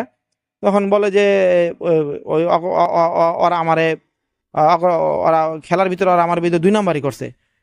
কারা 2 নাম্বারই করছে? কয় ওই যে ওরা 2 নাম্বারই করছে। কয় কারা 2 নাম্বারই করছে? কয় ওই যে ওরা 2 নাম্বারই করছে। কয় ওরা কারা? ওই যে ওখানে ওরা বইয়া রয়েছে। কোন জায়গায় বইছে? গাছের উপরে বইয়া রয়েছে। পরে ওরা কয় কি কয় না কয়, পাগল ছাগল, গাছের উপরে বইয়া রয়েছে। পরে ওরা প্রবালি ধরে যে ওর উপরে কিছু একটা ভর করছে। ওরা বাপ মারে যা ভালো মতো বুঝায় বলে যে এখানে তো কিছু একটা ওর উপরে ভর করছে। তো তার আগে হয়েছে যখন বুঝায় বলে যে এখানে কি তুই কাগজ লগে খেলতেছিস? ওই যে গাছের উপরে কাগজ লগে খেলতেছি। হ্যাঁ, ওরা বাটপারি করছে আমার লগে। কি বাটপারি করছে? কয় ওরা বাটপারি করছে। তো এরা পরে ওরা জাকি দিছে যে তুই কাকলয় খেলতাছস, কয় অগলয় খেলতেছি, কয় না অগলয় খেলতেছি। পরে ওরা হইছে ওই যখন ঘুমড়াইতেছে ওরা যখন দুজনে ধরছে, ওই মানে ওর থেকে এক একজন হচ্ছে প্রায় ওর ওজন যদি 40-45 কেজি হয়, তার ওজন ওর থেকে 3 ডাবল, মানে 90 কেজি 100 কেজি। আবার কিছু বড় ভাই ছিল, ওদের দুজনের 2 হাত দিয়া আঙ্গায় ফেলাইছে, উঁচিয়ে ফেলছে, উস্কায় ফেলাইছে আর কি, আঙ্গায় ফেলাইছে। তখন ওর থেকে ডাবল 3 ডাবল এই দুজনের 2 হাত আঙ্গায় ফেলাইছে। তো এইটা দেখে তো সবাই ভয় পাওয়া যায়। তখন তাড়াতাড়ি করে ওর বাপ মারে ঢাকায় আনে, পরে ওরা ধইরা ওর বাপ মার সহ একজন হুজুরের কাছে যায়। তখন ওই হুজুরে বলে যে ওরা তো একটা কিছু আসর করছে, তো এটা তো আমি সমাধান করতে পারবো না। আর এটা অনেক ওর তো একটা একটা জিনিস, ওর তো একটা দুইটা ওর সাথে না, ওর সাথে অনেকগুলা জিন আছে, এটা ওরা আসর করছে, এটা আমি ছুড়াইতে পারবো না। এরকম হয়েছে ফরিদপুরের চর নাসিরপুর ইউনিয়নে একটা ফকির থাকে, তোমরা ওই ফকিরের লোকে যোগাযোগ করো গা, তাইলে আর কি তোমরা সমাধান পাইবা। উনি আমার গুরু, ওর কাছে গেলে তোমরা সমাধান পাইবা। তখন তো দেখা গেছে মোবাইল এত অ্যাভেলেবেল ছিল না, তো তারা হয়েছে এরকম বলছে যে এখন আর কেমনে যাবো, কয়েকদিন পরেই যাবো নে। তখন হয়েছে এরকমই চলতেছে, দেখা গেছে খেলাধুলা করে না, তো ওর আর আমার ওর বাসা থেকে বেরোতে দেয় না, ছেলেরা নজরে নজরে রাখে যে আবার একটা মাত্র ছেলে কি হইলো এরকম। তো একদিন হয়েছে ভর দুপুর বেলা হয়েছে ওদের গাছে, ওদের বাসার ওইখানে হয়েছে ডাব হয়েছে, ডাব গাছ। তো ওই ডাব গাছের ওইখানে হয়েছে ডাব পারবে। তো ওই যে ডাবালা সে হইলো আস্তে আস্তে, বুড়া লোক আস্তে আস্তে দেরি করতেছিল আর কি, দেরি করতেছিল। তো ওর মা আর কি, ওর মা ওর বাবা ওই ডাব গাছের নিচে বসে রয়েছে যে ডাব টাব খাবে। তারপরে আর ওর ডাব পারবে দেখে আশেপাশে ওর চাচা টাচা থাকতো, তারাও আসছে যে ডাব পারবে, ডাব খাবে। এখন হইছে কিন্তু ওই যে ডাব পারবে সে হইছে আরেকটা গাছে ডাব পারতাছে, আর কয়েকটা গাছে ডাব পারতাছে, ওটা পাইরা তারপরে এখানে আসবে আর কি। তখন হইছে ওই বাচ্চা ছেলে আর কি মাহমুদ ভাই বলতেছে যে মা আমি তো ডাব পারতে পারবো, ওই ইয়ারা লাগে নাকি, আমি আমি উঠবো গাছে। তখন আর মা বাবা শুনে হাসতেছে, এ তুই গাছে উঠবি কেমন, তুই জীবনে গাছের উপরে উঠছোস, ডাব গাছে নর্মাল কোনো গাছে উঠোস না, তুই এই লম্বা ডাব গাছে কেমন উঠবি। পরে ওই মাহমুদ ভাই বলতেছে যে দেখবা মা আমি উঠতে পারি। তখন ও কি করছে, মানে ইয়ের মতো ডাব গাছ ঝরা যে ছেলে জীবনে একটা গাছের উপরে উঠে নাই, সে 2 মিনিট 1 থেকে 1.5 সেকেন্ডের ভিতরে 1.5 মিনিটের ভিতরে বলে সে লাফায় লাফায় বলে গাছের মান উগায় উঠে গেছে, উপরে উঠে গেছে। এরা দেখে ওর বাপ মা তো থরথরায় কাঁপতেছে যে আমার ছেলে এই জীবনে কোনো গাছে উঠে নাই, 1.5 মিনিটের ভিতরে কেমনি গাছের মাথায় উঠলো। মাথায় উঠা সে একটা ডাব মুচুর দিয়ে ফাটায়া সে বলতেছে যে মা দেখছো আমি ডাব পারছি, সবগুলো নিয়ম। ওর মা বাবা তো চিল্লা দিছে, বাবা তুই নিচে নাম, নিচে নাম, নিচে নাম, তোর ডাব পাওয়া লাগবে না, বাবা তুই নিচে নাম, তুই এখান থেকে পুরা মারা যাবি, তুই নিচে নাম। তখন তা কয় আমি মরবো না, আমি সব ডাব পায়রা নিয়ে দিচ্ছি, দাঁড়াও। কয় বাবা আল্লাহ দোয়া লাগে তুই নিচে নাম, তুই আর ইয়া করিস না। তারা তো কান্নাকারি লাগে যে সবাই আত্মীয়স্বজন ভিড় হয়ে গেছে, তুই গাছে উঠছিস কে। তখন ওই যে ওই মাহমুদ ভাই বলতেছে আচ্ছা আমি নামতাছি। তখন সে গাছে আপনি সোজা উঠছে, আবার নামার সময় নিচের দিকে মুখ দিয়া তাড়াতাড়ি করে আবার যে টিকটিকির মতো সে নেমে গেল গা। তখন তারা তাদের মাথা তো পুরো নষ্ট হয়ে গেছে গা, যে আমার ছেলে তো না, এটা তো আমার ছেলের ভিতরে তো অন্য কিছু একটা ভর করছে, আমার ছেলে তো আর আমার ছেলে নাই। তখন তারা ওই দিন দুপুর বেলায় রওনা দিছে, যে ফরিদপুরে চান্না নাসিরপুর ইউনিয়নের ফকিরের উদ্দেশ্যে রওনা দিছে। রওনা দেওয়ার পরে ওই ফকিরে বলছে যে যে পরে ওরা দেখার পরেই ওই ওই ফকিরে দেখার পরে অনেক ঘুংরাইতেছে, চোখ মুখ লাল হয়ে যেতেছে, হ্যাঁ এরকম ঘুংরাইতেছে। ওই ফকিরে দেখে বলতেছে যে তুই আমাকে কিছুই করতে পারবি না, তুই আমাকে কিছুই করতে পারবি না। পরে ওই ফকিরে বলছে যে এখানে বসে আমি সমাধান করতে পারবো না, ওর যেখানে বসে ওই যেখানে খেলাধুলা করে ওই জায়গায় আমারে নিয়ে চলেন। তো ওইখানে ওই একা না, ওর সাথে একটা জিন জাতি, পুরো একটা জিন জাতি ওর লগে আছে, ওইখানে অসংখ্য হাজার হাজার জিন ওর লগে আছে। এখানে বসে হবে না, ওই যেখান থেকে ওই খেলাধুলা করে ওই বট গাছের ওইখানে আমরা নিয়ে চলেন। ওই ফকির আর কি এরকম শুনছি যে সে হচ্ছে জিন টিন পালে আর কি, এরকম জিনের বিয়া খায়, তারপর জিনের কোনো অনুষ্ঠান হলে তারা দাওয়াত দেয়া নেওয়া যায় এরকম আর কি। তো সে বলে যে ওর সাথে জিন জাতি আছে, এটা এখানে থেকে বসে হইব না, ওই যেখানে খেলাধুলা করে ওইখানে যে বট গাছটা আছে ওইখানে আমার নিয়ে চলেন। তো হইছে আর বাপ মা হইছে পরের দিন ওই দিন ওই ফকিরের বাসায় থাকার পরে পরের দিন হইছে সকালে তারা রওনা দিয়া এই আমাদের যে বর্তমানে যে হাতির ঝিল, এখানে যে তখন যে বিল ছিল আর কি, এই বিলের ওইখানে বট গাছের ওইখানে নিয়ে আসে। ওই বট গাছের ওইখানে নিয়ে আসে, তখন বলে যে আপনার ওই ছেলেরা নিয়ে ওই বট গাছের ওইখানে যায়, আর সবাইরে ভাগায় দেয়। সবাইরে হচ্ছে ওই নর্দম ওই একটা নালা থাকে, ড্রেনের নালার ওই পাশে দাঁড়াইতে বলে। তখন ওই ফকির বলে যে এই রাতটুকুর ভিতরে যত ঝড় বাতাস যত আসুক না কেন আপনারা এই দাগের ভিতরে আসবেন না, সাদা পাউডারের মতো দিয়ে রাউন্ড করে দেয়, ওই পাউডারের ভিতরে সিঁদুরের মতো দিয়া আরো কি কি মিশায়, রসুন টসুন মিশায় পুরোটা রাউন্ড করে হচ্ছে সে হয়েছে ছোট ছোট একটু করে ছিটায় পুরোটা রাউন্ড করে দেয়। তখন হচ্ছে সে বলে যে আপনারা এর ভিতরে কেউ ঢুকবেন না। ওই ছেলেটারা নিয়ে ওইখানে যায়, যাওয়ার পরে সে হইছে দুজন কাঠুরে বলে তোমরা গাছ কেটে ফেলো, তোমরা গাছ কেটে ফেলো। আর ওইখানে যে একটা পুষ্কিনী ছিল কুয়া, এই কুয়ার ভিতরেই ওই জিন জাতিগুলা বসবাস করতো, এবং সবাই ওই ছেলেটার সাথে ওই জিন জাতিগুলা এক হয়ে গেছিল আর কি। তখন সে আদেশ করে এই কুয়াটা হয়েছে ভরাট করে দাও, এই পুরাটা ভরাট করে দাও, আর এই গাছটা হচ্ছে কাইটা ফেলো। তখন সে অনেক কিছু দোয়া টোয়া পুরা ওইখানে, তারপরে ওই নারকেলের ছোবরা টোবরা পুরা টুরা নির্দেশ দেয় কুয়াটা ভরাট করার জন্য। পরে ওইখানে হয়েছে সে ওই পুরা জিন জাতিরে ওইখান থেকে ভাগায় যাওয়ার জন্য অনেক বলে ই করে, কিন্তু জিন জাতি যেতে চায় না, তখন জিন জাতি বলে যে এখানে যদি তুই 4টা ছাগল দেশ, কল্লা ছাড়া ছাগল, তাহলে আমরা এখান থেকে অন্য জায়গায় যাবো, আর এখানে আমরা অনেক বছর ধরে থাকি, আমরা যাবো কেন, ওখানে ভালো জিনিস ছিল খারাপ জিনিস ছিল আর কি। তখন সে হয়েছে ওইটা আগে 4টা ছাগল দিছ, ছাগল দেওয়ার পরে ওই বিকালবেলা ওইটা পুরাটা ভরাট করে ফেলে, ভরাট করার পরে গাছ তো কেটে ফেলে, এরপরে থেকে ওইখানে আর কোনো ঝামেলা হয় নাই। এই ছিল আমার তৃতীয় ঘটনা। তো যে ঘটনাটা শুরু করতেছি এটা হচ্ছে ব্রাহ্মণবাড়িয়াতে ঘটে যাওয়া বানসারামপুর গ্রামে। যারা জায়গাটা চিনে তারা এই ব্যাপারটা খুব ভালো মতোই জানতে পারবে আশা করি। তো এটা ঘটে যাওয়া আমার একজন আত্মীয়র বাবার সাথে আর কি। তো ঘটনাটা যেরকম ঘটে গ্রামে অনেক আগেই, এটা প্রায় 2010 সালের দিকের এই ঘটনাটা ঘটে। এটা গ্রাম দেশে আমরা সবসময় যেটা দেখে থাকি যে গ্রামে রাত হলেই বা রাত 10টার পর থেকে যখন বর্ষাকাল থাকে, বর্ষার সিজনে সবাই মাঠে মাঠে যে মাছ ধরার প্রবণতা খুব বেশি দেখা যায়। তো ওই গ্রামটাও এরকমই একটা গ্রাম ছিল, বানসারামপুর যে গ্রামটা। এটা মানুষ যখন রাত 10টা-11টা বাজতো বা এশার নামাজের পরপরই সবাই প্রস্তুতি গ্রহণ করতো মাঠে যে তারা মাছ ধরবে আর কি। যেহেতু বর্ষার সময় আনাচে কানাচে সব জায়গায় পানি থাকে, তো সেই হিসেবে যে লোকটার কথা বলা হচ্ছে এখানে সে ওরকম, তার সাথে আরো একজন লোক ছিল, এই 2 জন মিলে প্রতিদিন মাছ ধরতে যেত আর কি। আর যেখানে মাছ ধরতে যেত সেখানে আমরা অনেক সময় ধানের জমি দেখে থাকি যে ধানটা কাটলে নিচের দিকে ধানের গোজাগুলো থাকে এবং ওইখানে হাঁটু সমান পর্যন্ত পানি থাকে। ওই পানিতে কেউ পোলো বলি আমরা, ওইটাতে মাছ ধরে, অথবা কেউ আবার কোচ দিয়েও মাছ ধরে, এরকম সিস্টেমের আর কি মাছ ধরে। তো ওই লোকটার সাথে যেই দিন ঘটনাটা আসলে ঘটে সেই দিন সে যার সাথে মাছ ধরতে যাবে আর কি, তাকে বলতেছে যে কাকা আপনি আর আমি তো আজকে মাছ ধরতে যাওয়ার কথা, মাগরিবের সময় কথা বলতেছে। পরে তার চাচা ওই পাশ থেকে বলে যে না ভাতিজা, আজকে আমি মাছ ধরতে যাব না আর কি, আজকে আমার একটু শহরে যেতে হবে, জরুরি কোনো কাজ আছে এই জন্য আর কি। তো আমি আজকে যেতে পারবো না, আর তোরও আজকে যাওয়ার দরকার নাই, পারলে থেকে যা, কালকে আমি ফিরে আসলে তারপরে যাব তোর সাথে। তো যে ছেলেটা যার কথা বলতেছি, যার সাথে ঘটনাটা ঘটা, সে বয়স তখন তার 15 বছর 16 বছর এরকম বয়স ছিল। এইসব ভৌতিক বিষয়ে তার কোনো বিশ্বাসও ছিল না, বা এই বিষয়ে সে ভয়ও পেত না। তো সে চাচাকে বলল আচ্ছা ঠিক আছে, আপনি আপনার কাজে যাচ্ছেন, যান, সমস্যা নেই, আমি দেখি যে যদি যেতে মনে চায় যাব, না হলে যাব না।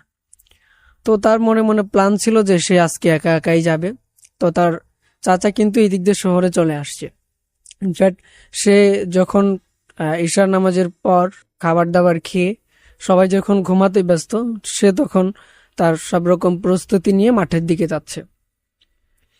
তো তার বাড়ির থেকে মাঠটা বেশ দূরে বলতে হাঁটার রাস্তা 15 থেকে 20 মিনিট। 20 মিনিট রাস্তা অতিক্রম করার পর তারপরে ওইখানে একটা বিল মতো আছে, ওইখানে তারা প্রতিদিনই মাছ ধরতে যায়। তো ওই দিন এমন হয়েছে যে ওই দিন সে যাওয়ার সময় কোনো লোককেও দেখে নাই, আবার যেখানে মাছ ধরতে গেছে সেইখানেও অন্য কোনো লোক মাছ ধরতেছে এরকম কোনো লোককেও সে নজরে পায় নাই।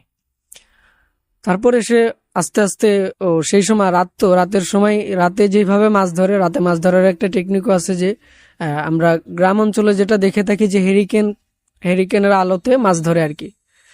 তো তার সাথে একটা হেরিকেন ছিল, সাথে একটা পোলো ছিল ঝুড়ির মতো দেখতে, যেটা চাপা দিয়ে মাছ ধরা হয় এরকম একটা জিনিস, আর যেটার মধ্যে মাছ রেখে মাছ রাখার একটা পাত্র তার কোমরে বাঁধা ছিল। তো সে অবস্থায় মাছ ধরতেছে, মাছ ধরতে ধরতে অনেকক্ষণই মাছ ধরছে। সে মাছ ধরতেছে, অবাক করার বিষয় যে প্রতিদিন সে যেরকম মাছ পায় তার থেকে আজকে একটু বেশি মাছ পাচ্ছে, যেখানেই হাত দিচ্ছে সেখানেই মাছ, এরকম একটা অবস্থা। তো সে মাছ ধরতে ধরতে অনেক সময় অতিক্রম করে ফেলে। সে 11টার সময় মাছ ধরতে যায়। তখন সে মাছ ধরতে ধরতে সে যখন ঘটনাটা শেয়ার করছে যে আমি মাছ প্রায় 2-3 ঘন্টা যাবত মাছ ধরছে এখানে। তো 11টার সময় গেলে 2-3 ঘন্টা মানে 3টা 2টা 2:30 এরকম সময় হয়ে গেছে আর কি। তো এই সময় সে যখন মাছ ধরতেছে, ধরতে ধরতে সে লক্ষ্য করে যে তার থেকে 50 মিটার কি 60 মিটার দূরে তার ওই চাচা দাঁড়িয়ে আছে। তো সে সর্বপ্রথম এক নজর দেখে একটু ভয় পেয়ে যায়। ভয় পেয়ে জোরে বলে যে চাচা আপনি না এসে গেলেন, শহরে গেলেন, তো আবার হঠাৎ করে এখন এইখানে অবস্থায়। পরে চাচা বলতেছে যেতে তো চাইছিলাম, কিন্তু ভাবলাম যে তুই মাছ ধরতে যাবি, তো তোকে একা একা কিভাবে আমি পাঠাই, এই জন্য আর কি। পরে ভাবলাম যে না তুই আসছিস, আর বাড়ির থেকেও শুনলাম তোর চাচি বলল যে তুই নাকি মাছ ধরতে আসছিস, এই জন্য আর কি চলে আসলাম। পরে বলতেছে আচ্ছা ঠিক আছে চাচা, তাহলে মাছ ধরতেছে আপনি, তাহলে মাছ ধরবেন না? পরে বলতেছে না না আমি মাছ ধরবো না, তুই মাছ ধরে, আমি আজকে দেখি। পরে বলতেছে আচ্ছা ঠিক আছে, তাহলে আমি মাছ ধরি, আপনি থাকেন। পরে সে মাছ ধরতেছে, সব যেই জায়গায় হাত দিচ্ছে সেইখানেই ছোট ছোট পুঁটি মাছ, ট্যাংরা মাছ, এই মাছগুলো পাচ্ছে। গ্রাম্য যে মাছগুলি আছে এগুলো সে ধরে ধরে হাড়ির ভিতরে রাখতেছে। এখন এখানে একটা লক্ষ্য করে বিষয় যে তার চাচা এখানে দাঁড়িয়ে ছিল, দাঁড়িয়ে দাঁড়িয়ে তার চাচা তাকে বলতেছে যে যে তুই মাছ ধরতেছিস ঠিক আছে, তবে ওই তোর হাতে যে হেরিকেনটা আছে এই হেরিকেনটা তুই হাত থেকে নিয়ে ওই আমাদের জমির যে আইল আছে, আইলের উপরে যে দিক দিয়ে মানুষ যাতায়াত করে আলের উপরে রেখে দেয়, আলের উপরে হেরিকেনটা রেখে তারপরে মাছ ধর। পরে ওই ছেলেটা আর কি অবাক হচ্ছে যে আলো ছাড়া তো মাছ পাওয়া যায় না, এটা তো চাচা জানে, তারপরেও আমাকে হেরিকেনটা বারবার কেন রাখতে বলতেছে। তো এই কথাটা তার চাচা তাকে বারবারই বলতেছে। তার চাচা তো না, চাচার রূপে একজন তাকে এরকম এই কথাটা বারবারই বলতেছে যে হেরিকেনটা তুই ওই রাস্তার উপরে রেখে তারপরে মাছ ধর। পরে সে এক পর্যায়ে বিরক্ত হয়ে গেছে, বলতেছে চাচা আপনি এটা কি বলতেছেন? আপনি জানেন না যে এই আগুনের আলো ছাড়া মাছ কাছে আসে না, আর মাছ কাছে না আসলে আমি মাছ কিভাবে ধরবো? সম্ভব না, আপনি পারলে এখানে থাকলে থাকেন, না থাকলে আপনি চলে যান। বিরক্ত হয়ে কথা বলে, কিন্তু তার চাচা এখানেই দাঁড়িয়ে থাকে। পরে মাছ ধরতে ধরতে সে অনেকক্ষণ সময় অতিক্রম করছে, বললাম যে 2-3 ঘন্টা, তারপরেও আরো প্রায় 4-4.5 ঘন্টা সে মাছ ধরে ফেলছে অলরেডি। তার মনে হয়েছে যে না আমি অনেকক্ষণ মাছ ধরছি। ইনফ্যাক্ট আমরা যদি প্রতি খেপেই যদি আমরা মাছ যদি ধরতে পারি তাহলে তখন তার হাড়ি ভরে যাওয়ার কথা। এরকম একটা আইডিয়া নিয়ে সে চিন্তা করলো যাচ্ছে আমি হাড়ির মধ্যে একটু দেখি যে আমার কতটুকু মাছ আছে আর কি, অনুমান করে যদি বেশি হয় তাহলে আমি বাড়ি ফিরে যাব। তো হাড়ির ভিতরে যখনই সে হাত দেয়, দিয়ে দেখে যে হাড়ির ভিতরে কোনো মাছ নেই। অবাক করার বিষয় হচ্ছে এটাই যে সে যেইখানে হাত দিচ্ছে সেইখানেই সে 4-5টা করে মাছ এরকম পাইছে, ছোট ছোট মাছগুলি। তো এখানে 10টা 15টা 20টা এরকম মাছ তো থাকা উচিত ছিল, কিন্তু সব থেকে অবাক করার বিষয় যে এখানে একটা মাছও ছিল না, হাড়ির ভিতরে কোনো মাছই নাই। সে অবাক হয়ে গেল। অবাক হয়ে যে সে চিন্তা করলো কি হচ্ছে এটা আমার সাথে। সে খানিকটা একটু হতভম্ব হয়ে পড়ে, আবার চিন্তিত হয় যে আমার সাথে অন্য কোনো কিছু ঘটতে চলতেছে কিনা। তো এরকম কিছু আন্দাজ করে, আবার বয়সও কম, একটু জিয়েদু ছিল, সাহসী ছিল, এই সাহস নিয়ে সে বলে আচ্ছা যা হচ্ছে হচ্ছে, আমি এইসব কোনো কিছু মাথায় নিব না, আমি বাড়িতে চলে যাই, কি হচ্ছে আমি এসব মাথায় নিব না, আমি এসব নিলেই ভয় পেয়ে যাব। এরকম একটা কিছু চিন্তা করে সে হাঁড়িটা নিয়ে, তার কাছে যেই আগুনের যে মশালটা বা হেরিকেনটা ছিল ওইটা নিয়ে সে হাঁটা শুরু করে। হাঁটা শুরু করতে যে যখন সে শুরু করলো হাঁটাটা, তখন সে হোঁচট খেয়ে পানির মধ্যে পড়ে গেছে আর কি। সেই ধানের যে জমিটা ছিল জমির মধ্যে পড়ে গেছে। তো পড়ে গেলে সে কোনো মতে যে তার হাতে যে মশালটা ছিল এটা উঁচু করে ধরে রাখে, এই জন্য মশালটা নিভে যায় নাই। আর হেরিকেন বলতে যেটা আমি মশাল বারবার বলছি সেটা হচ্ছে হেরিকেন, কেরোসিন তেলে এটা চলে, তার তেলটাও কমে আসতেছে, আগুনটাও কমে আসতেছে। তো তার মাথায় আরো চিন্তা বেড়ে যায় যে আমার আগুন কমে আসার আগে বা হেরিকেনটা বন্ধ হয়ে যাওয়ার আগে আমাকে বাড়িতে পৌঁছাইতে হবে। আবার সেই সময় রাত 3টা 3:30 এরকম বাজে, ফজরের আজানও অনেক দেরিতে হবে। এই সব কিছু চিন্তা করে সে আবার উঠে সে হাঁটা শুরু করে। তো বলছিলাম যে সে যেই জমিতে গেছিল ধান মাছ ধরতে, সেখান থেকে ফিরতে তার 20 মিনিট সময় লাগবে। এখন তার মাথায় চিন্তা যে আমি 20 মিনিটে কিভাবে যাব। যাক, এই চিন্তা নেই, সে যখন জমি থেকে উঠে মাটির রাস্তাতে উঠছে, যখন হাঁটতেছে তো সে লক্ষ্য করতেছে যে সে হাঁটতেছে, তার পিছন পিছন ওই যে ছায়া নামক তার চাচাও তার পিছন পিছন আসতেছে। তো সে খানিকটা নিজেকে একটু সাহসী বা এটা বোঝানোর জন্য, সে কোনো কিছুতে ভয় পাচ্ছে না এরকম একটা কিছু বোঝানোর জন্য সে একটু জোর গলায় বলল, চাচা আপনি পিছন পিছন যাচ্ছেন কেন? আমার সাথে সাথে আসেন, আসেন, গল্প করতে করতে যাই। তো পিছন থেকে কোনো উত্তর আসে না। ছেলেটাও বুঝতে পারে যে ওর সাথে উল্টোপাল্টা কোনো কিছু হতে চলেছে। তো তখন সে আবার হাঁটা শুরু করতে করতে তার চাচা পিছন থেকে বলতেছে যে আবার আসো, আমরা চলো অন্য একটা জমিতে যাই, যে এখানে অনেক মাছ আছে, এখানে কোনো মিস হবে না, এখানে অনেক বড় বড় মাছ পাবা তুমি। পরে ছেলেটা অবাক হচ্ছে যে বড় বড় মাছ, বিলে কি কখনো বড় বড় মাছ পাওয়া যায় নাকি? বিলে তো সবসময় ছোট ছোট মাছই থাকে। তো সে আরো কনফার্ম হয়ে যায় যে তার সাথে আসলেই পিছনে যে লোকটা আছে সেই লোকটা তার চাচা না, অন্য কেউ। তাকে অন্যরকম লোভ লালসা দেখিয়ে তাকে নিয়ে যেতে চাচ্ছে। তো এই চক্রান্তটা সে বুঝতে পেরে, বা অন্যরকম একটা কিছু হতে যাচ্ছে এরকম একটা কিছু বুঝতে পেরে, সে হাঁটার স্পিডটা আরো বাড়িয়ে দেয়। তো গ্রামের শেষ দিকের জমি থেকে সে আসতে জঙ্গল পড়ে। জঙ্গলের এখানে এসে সে অদ্ভুত অদ্ভুত এক একটা আওয়াজ শুনতেছে। অদ্ভুত অদ্ভুত আওয়াজ বলতে সেও আওয়াজের বিবরণটা দিতে পারে না যে আওয়াজটা আসলে কিসের ছিল, কোনো পশুর নাকি কোনো মানুষের। মানে আওয়াজটা একটা বিকট, একবারে বিকটও না, একবার আবার আসতেও না, তবে আওয়াজটা একেবারে আনকমন। সে আওয়াজটা কোথাও শুনে নাই, এরকম একটা আওয়াজ শুনতেছে আর জঙ্গলটা পার করতেছে। যখন সে জঙ্গলের একদম শেষ মাথায় চলে আসছে আর কি, যে এখান থেকে তার গ্রাম শুরু, তো এই গ্রামের শুরুর দিক দিয়ে এসে সে দেখে যে তার চাচা পিছনে ছিল, সেই চাচা আবার সামনে একটা চায়ের দোকানটা বন্ধ আছে। এই চায়ের দোকানের সামনে ওর চাচা বসে আছে। তো সে অবাক হয়ে গেছে, দূর থেকে দেখেই বুঝতে পারছে যে চাচার মধ্যে দেখতে অবাক হয়ে গেছে। চাচা না পিছনে ছিল, আর রাস্তা তো একটাই, চাচা সামনে গেল কেমনে? তো সে সামনে যখন চায়ের দোকানের সামনে যখন সে গেল, চায়ের দোকানের সামনে যাওয়ার পর তার চাচা বলতেছে, কি ব্যাপার, মাছ ধরা হয়েছে? সে আরো অবাক হয়ে যায়, বলে না মাছ ধরা এখনো হয় নাই, মাছ ধরা শেষ করে আসলাম, তবে মাছ পাই না আর কি, সব পড়ে গেছে। সেও আর কি একটা মিথ্যা কথা বলে এখানে যে মাছ পড়ে গেছে। তো বলে আচ্ছা ঠিক আছে চাচা, পরে কথা হবে, অনেক ঘুম আসতেছে, আমি বাড়িতে যাবো, ঘুমাবো। পরে সে এখান থেকে তার চাচাকে কোনো মতো, সে তো বুঝতে পারছে যে তার সাথে অন্যরকম একটা কিছু ঘটতেছে, তো তার চাচাকে কোনো মতো কনভিন্স করে সে সামনে হাঁটা শুরু করে। তো যখন তার ফাইনালি যখন বাড়ির সামনে যখন আসে, তার বাড়িটা একটা গলির একদম শেষ মাথায়, এই গলির মাথায় যখন আসে, এই গলির ডান সাইড দিক দিয়ে একটা পুরোনো একটা বাড়ি আছে, যে বাড়িতে কেউই থাকে না, মাকড়সার মতো জাল হয়ে গেছে, এরকম পরিত্যক্ত বাড়ি, পড়ে থাকলে 3-4 বছর পড়ে থাকলে যেরকম অবস্থা, এরকম একটা অবস্থার বাড়ি। তো ওই বাড়ির পাশাপাশি যখন আসছে, সে খেয়াল করে যে বাড়ির ভিতরে আলো আছে অনেক সাজানো, এরকম একটা কিছু খেয়াল করে কোনাকুনি ভাবে যেরকম তাকে এরকম তাকে এসে দেখতেছে। তো যখন দেখলো তখন দেখে যে বাড়িটা সাজানো, আর ওই বাড়ির ভিতরে একটা লাল একটা শাড়ি পরে একটা মেয়ে বসে আছে।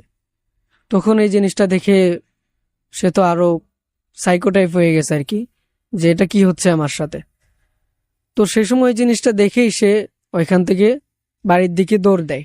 বাড়ির দিকে দৌড়ে যে সরাসরি যে সামনে তার বাড়ির যে উঠানটা ছিল, উঠানের উপরে যে সে পড়ে যায়, তার আগে একটা চিৎকার করে সে উঠানের উপরে পড়ে যায় আর কি, বাড়ির সামনে যে জায়গাটা আছে ওইখানে পড়ে যায়। এই আওয়াজটা শুনে ঘর থেকে তার মা বের হয়ে আসে, তার যে আত্মীয় স্বজন আছে বের হয়ে আসে। তো তাকে হুঁশ ফেরানোর পরে তার কাছে জিজ্ঞাসা করে যে কি হয়েছিল। তো তখন সে এটা বলে আর কি। সকালবেলা তার চাচাও এখানে উপস্থিত ছিল, তার চাচাকে জিজ্ঞাসা করলো, চাচা আমি এরকম আপনার মতো একজন কাউকে দেখছি। তো চাচা বলতেছে এটা অসম্ভব, আমি তো কালকে শহরে গেছিলাম, এটা তো তোমাকে বলেই গেছি, তুমি আবার আমাকে কিভাবে দেখবা? তো যাই হোক, তারপরে পাশ থেকে একটা কবিরাজকে নিয়ে আসছে। কবিরাজকে নিয়ে আসার পরে জিজ্ঞাসা করতেছে যে আমার ছেলের সাথে তো কালকে রাত্রে এরকম একটা ঘটনা ঘটে গেছে, তো আপনি একটু কিছু চিকিৎসা করে দিন।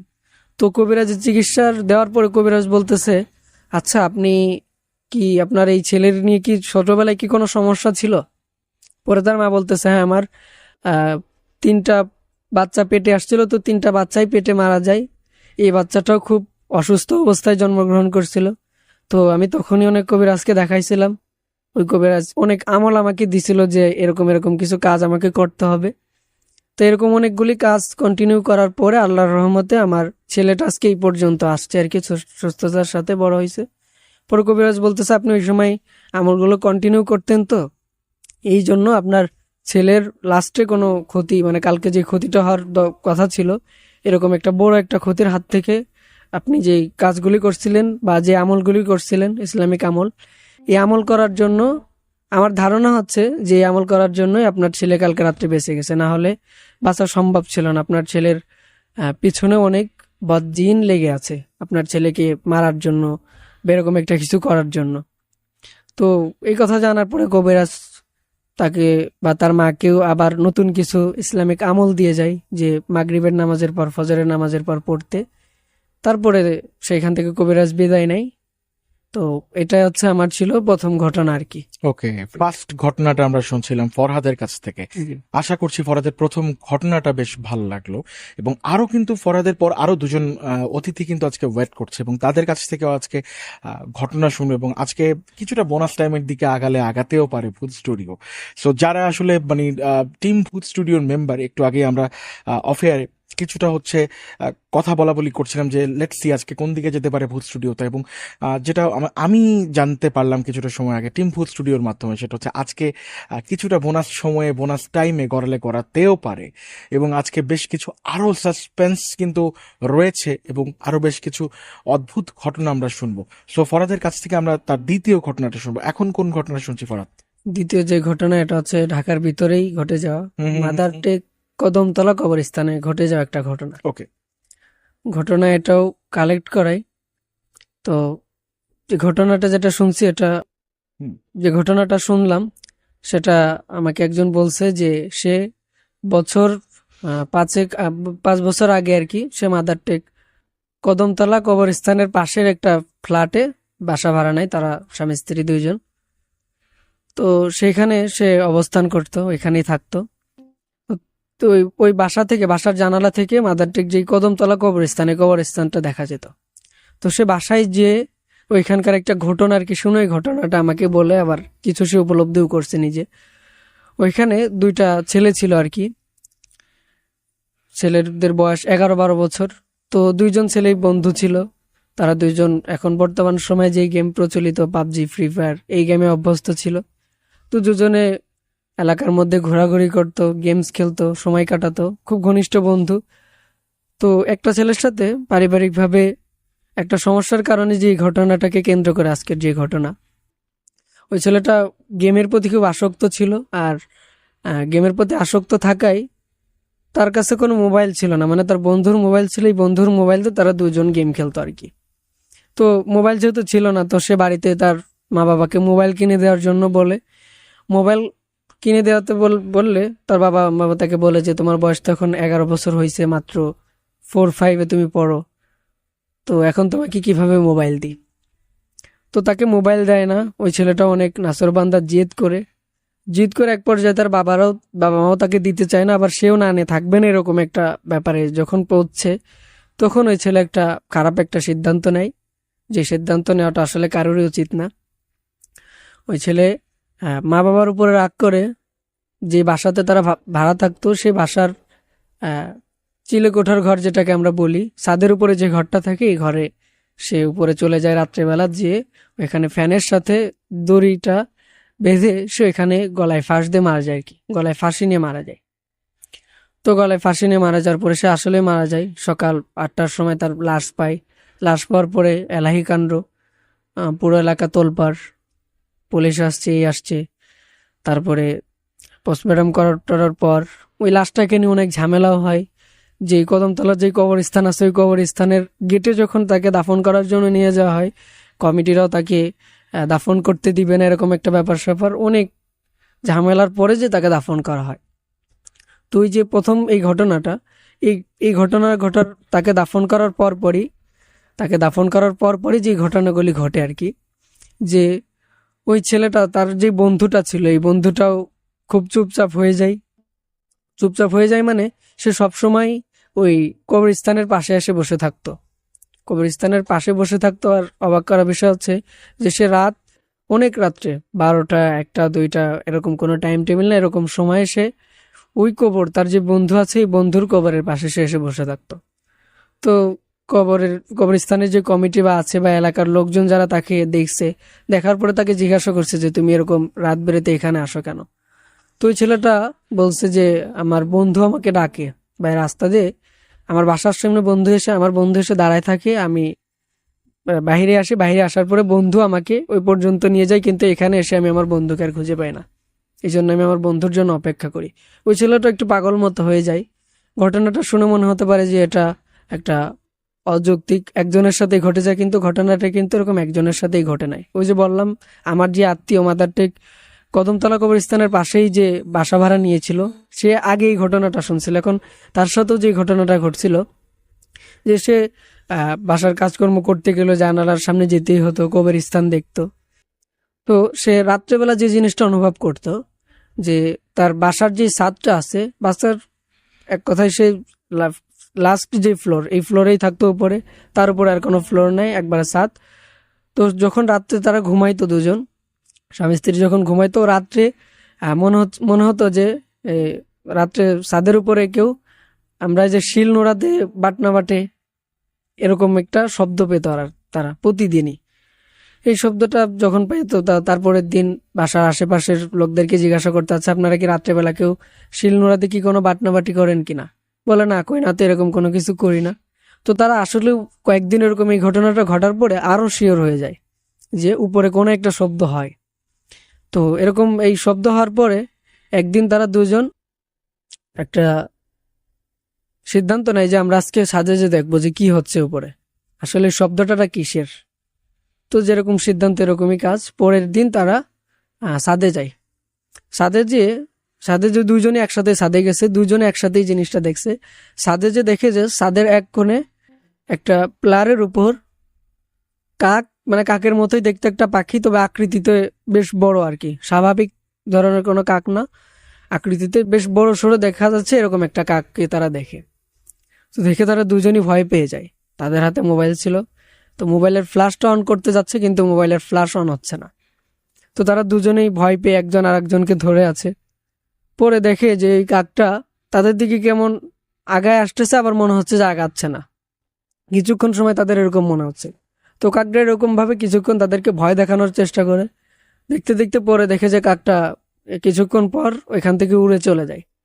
পরে তারা ওই জায়গাটা যেখানে কাকটা বসেছিল, তারা ওই জায়গাটায় যখন যায়, তখন যে দেখে যে ওই যে তার বাসার জানালা থেকে যে কবরস্থানটা দেখা যায়, কদমতলা যে কবরস্থান, ওই কবরস্থানের দিকে তাদের চোখ পড়ে, এবং চোখ পড়ে দেখে যে ওই কবরস্থানের একটা কবরের উপরে একটা আলো জ্বলতেছে, এবং এই আলোতে বোঝা যাচ্ছে, পরিষ্কার পুরোপুরি না বোঝা গেলেও তারা আবসা ভালোই বুঝতে পারতেছে যে একটা মানুষ বসে থাকলে তারপর একটা সাদা কাপড় যদি আমরা ফেলে দিই, তাহলে যেমন দেখা যায় ঠিক সেরকম একটা জিনিস দেখা যাচ্ছে।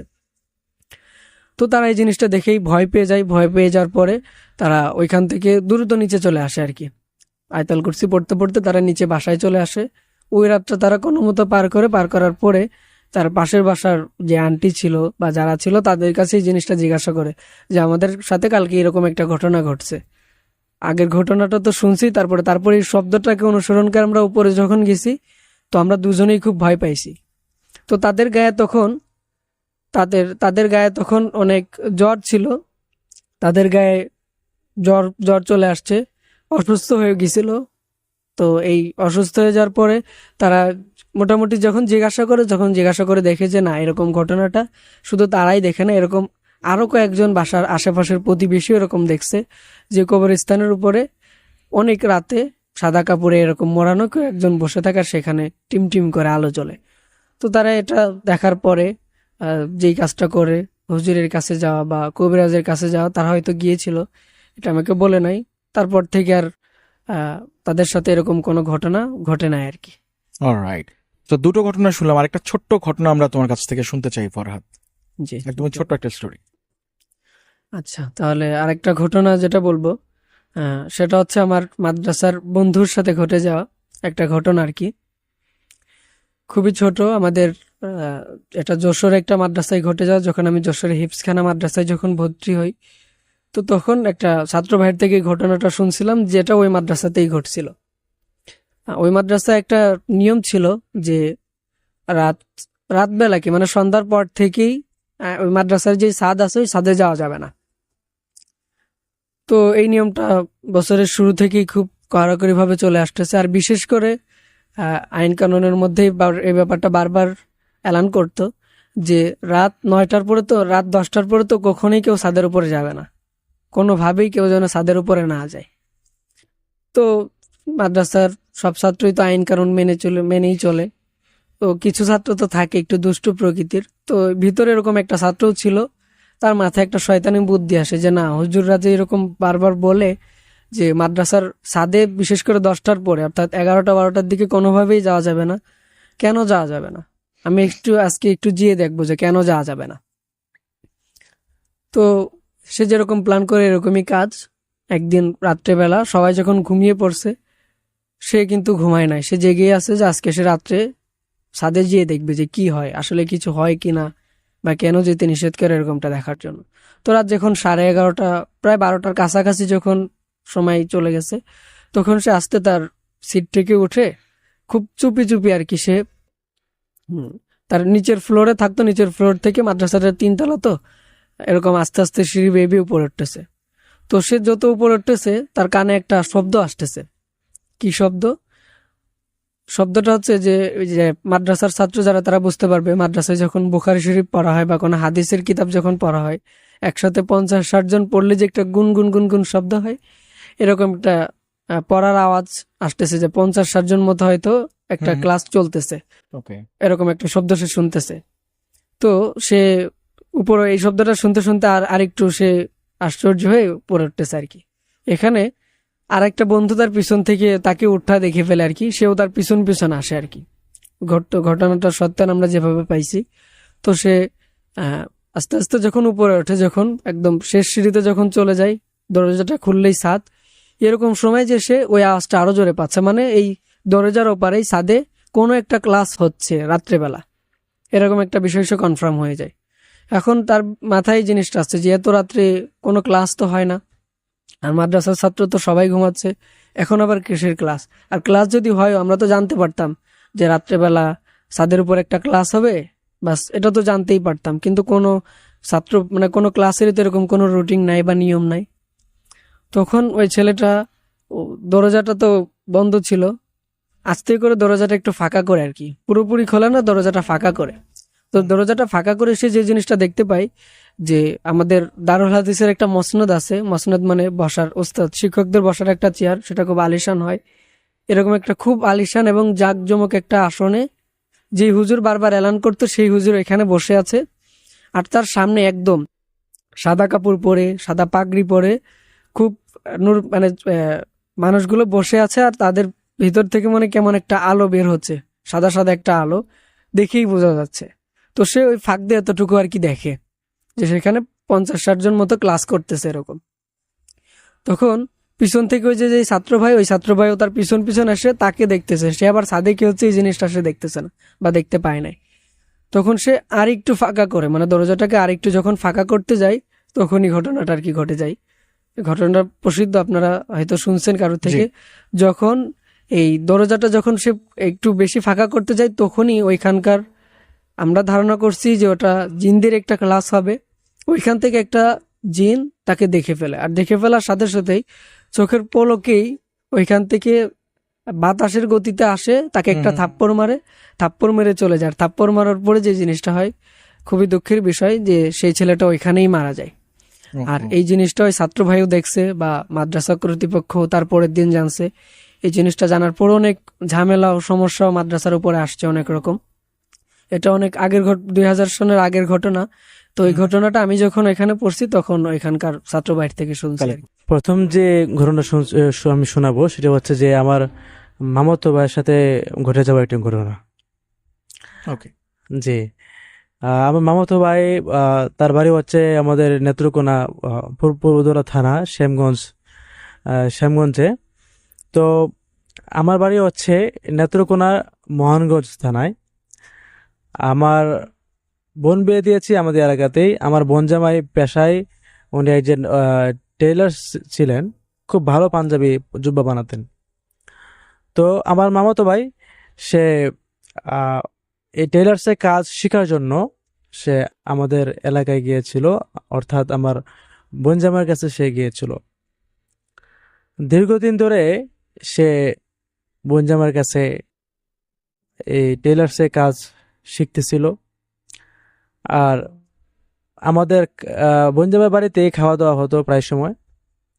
তো আমার বোনজামার বাড়ির সামনেই এখানে কবরস্থান রয়েছে, অনেক পুরানো কবরস্থান।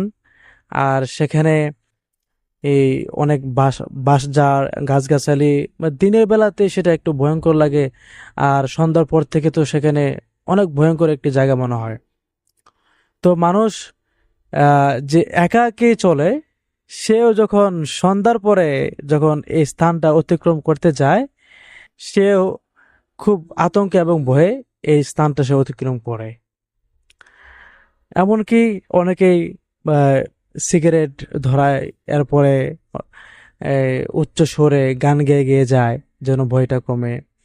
আবার অনেকে দেখা যায় যে সঙ্গে ছাড়া যেতে চায় না, কারণ খুব ভয় লাগে এই স্থানটা।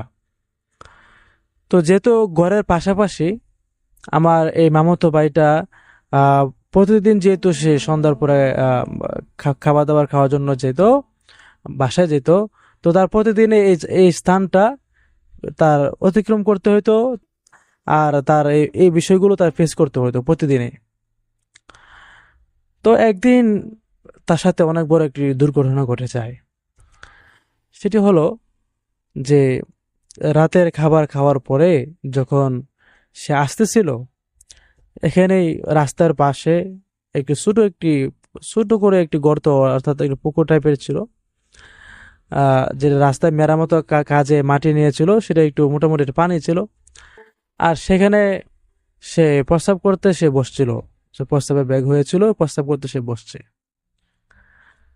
তো রাতের খাবার খাওয়ার পরে যখন সে এখানে তার প্রস্রাব করার জন্য সে বসছে, হঠাৎ করে দেখে যে ওই কবরস্থান দিক থেকে একটি বিরাট বড় একটি লোক তার দিকে আসছে।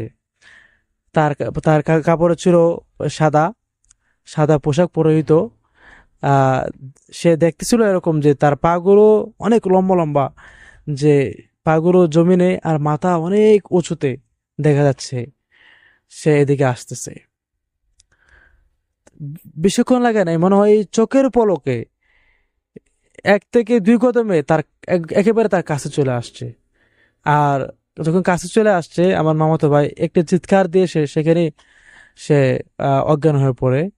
তখন মানুষ, আশেপাশে যারা ছিল সবাই ধরে গিয়ে জিজ্ঞেস করে যে কি হয়েছে কি হয়েছে, গিয়ে দেখে সে এখানে অজ্ঞান হয়ে পড়ে আছে। তাকে ধরে আমাদের বাসায় নিয়ে আসা হলো। আমাদের বাসায় নিয়ে আসার পরে যখন তাকে পানি টানি দিয়ে তাকে মোটামুটি তাকে আবার হুঁশে ফেরানো হলো, ঠিক সে সময়ে আব্বু ঘরে ছিলেন। আমার আব্বু আবার মোটামুটি যে কবিরাজি করেন, উনি একজন হুজুর মাওলানা, হুজুর মানুষ। তো উনি এই সমস্ত কাজ মোটামুটি জানতেন, ভালোই জানতেন। তো জিজ্ঞেস করলেন, সে বলল যে আহ, সে বলল যে ফুফা, আমি তো এরকম ভাবে এরকম আমি বসছিলাম, আর এরকম একটি মানুষ দেখতে পাই, আমার কাছে চলে আসছে, আমার খুব ভয় লাগছিল। তো ওই ভয়ের কারণে আহ ওই দিন থেকেই, ওই দিন রাত থেকেই তার মধ্যে একটা পরিবর্তন দেখা যায় যে সে আগের মতো কথা টথা বলে না, খুব চুপচাপ থাকে, মনের ভিতরে একটু ভয় ভয় কাজ করে। এবং সে দেখা যাচ্ছে যে তার শরীরে খুব জ্বর চলে আসে, আগের মতো খাওয়া দাওয়া করতে পারে না, শরীর শুকিয়ে যাচ্ছে। তো আব্বু তখন তাকে মোটামুটি প্রাথমিক যে চিকিৎসাটা ছিল, তাকে প্রাথমিক চিকিৎসা ঝাড়ফুঁক করে এবং তেল ফোড়া, পানি ফোড়া এগুলো দেয়। যখন তার অবস্থাটা খুব গুরুতর হয়ে যাওয়ার পরে ভালোভাবে আব্বু তার চিকিৎসা শুরু করে। এক পর্যায়ে যখন সে তার বাড়িতে চলে যায় এলাকাতে, সেখানে গিয়েও তার সাথে মানে এরকম সমস্যার সম্মুখীন হতে থাকে। আর সে আগের মতো আর থাকে না, মোটামুটি এখন চুপচাপ এবং খুব ভয়ে ভয়ে আতঙ্কে থাকে। হ্যাঁ, তখন বিভিন্ন ধরনের কবিরাজ দেখানো হচ্ছিল তাকে, যেন সে সুস্থ হয়ে যায়। তো এক পর্যায়ে ভালো ভালো কবিরাজ যখন তাকে ধরা হলো, ধরার পরে এই আহ, ওই জিনকে হাজির করা হলো। জিনকে হাজির হাজির করে তার কাছ থেকে জবানবন্দি যেটা বলে সেটা নেওয়া হলো, এবং তাকে বলা হলো যে তুমি তাকে ছেড়ে দাও। আর ওই লোক বললেন যে, ওই জিন বলছে ঠিক আছে আমি তাকে ছেড়ে দেবো, তবে শর্ত আছে যে তার আমাকে এরকম এরকম ভাবে আমাকে দিতে হবে। তো তার শর্ত সাপেক্ষে, শর্ত অনুযায়ী আমার মামা এবং আমার যে মামি আছে তারা সকলেই তার শর্ত পূর্ণ করে, এবং এরপর থেকে সে সুস্থ হয়ে যায় আলহামদুলিল্লাহ। এখন আলহামদুলিল্লাহ সে সুস্থই আছে। এটা ছিল আমার প্রথম ঘটনা।